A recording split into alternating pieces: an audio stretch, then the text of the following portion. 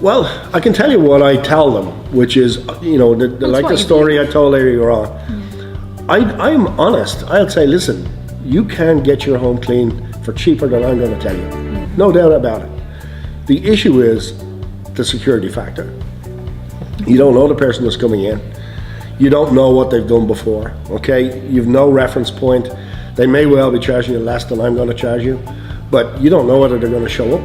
You don't know whether, they're going to use your products. They're going to use your vacuum cleaner, right?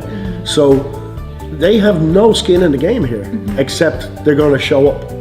Maybe. Now, maybe.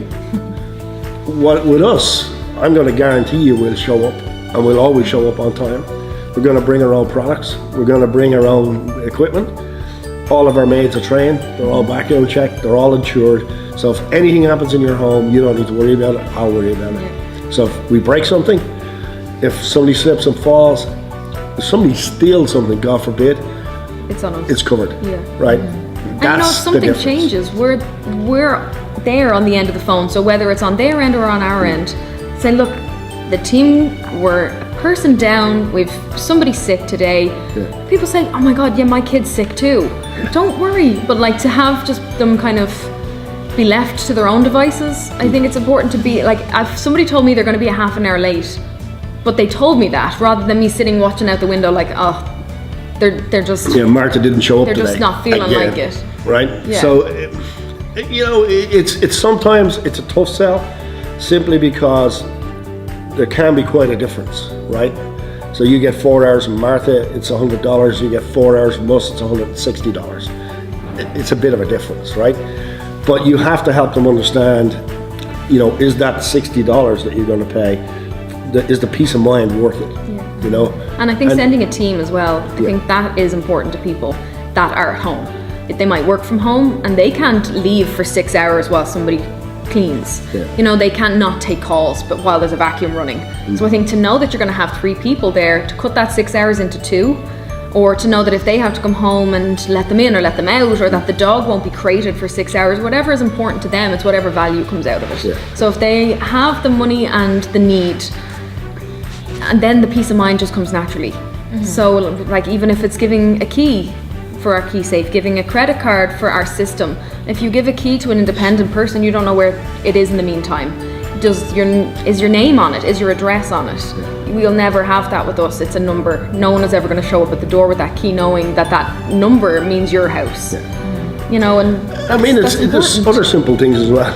There are times that I go and do an estimate, and I come in the door and I start to meet the client or potential client, and I know you can't afford us, right? I know that straight up. You can't afford our service.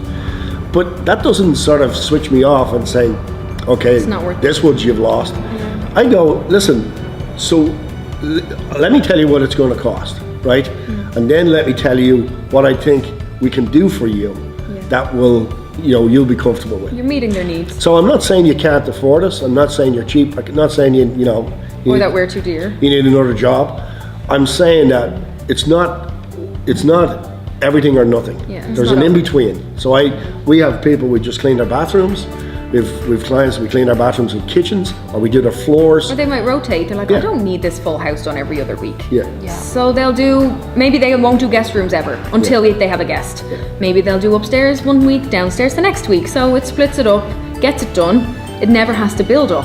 So they're not, because we have people that say, I can't afford it, and then 3 months they're saying the place is a mess again and it's double. You're saying, well, you're letting it go. You're nearly starting from scratch again. We are starting from scratch again. We're starting from worse than scratch again, whatever it might be. I think if somebody was to have it, and it's a maintenance, so it's quicker, the team is efficient, they know the home, they get to know each other, and there's that. Honestly, oftentimes the hard sell, the most difficult sell is to people who are minted, who could afford us and not even, it wouldn't even be an hour's interest. Do you understand? But they're the ones that probably have the amount they have because they don't spend like it's going to have a and it's decision making as well. They want to make sure they're making a wise decision. You have people who say, I'm shopping around, and you would always say, you should. Yeah, you're right. You have to make the right decision for you. I hope it's us. Let me tell you. I might say just make sure that the company you decide on is going to be able to meet all your needs, is insured, okay, has background checks on the maids.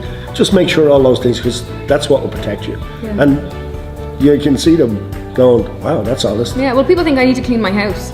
I don't want to do it. I need someone to clean my house. Yeah. And then it goes to, I'll just get someone to clean my house. But then it's, oh yeah, but the stairs. And what if they break this? What if they steal that? What if they don't show? You don't, when you're new to it, like we were, like everyone was at some stage, those questions don't come up until you figure out what could happen.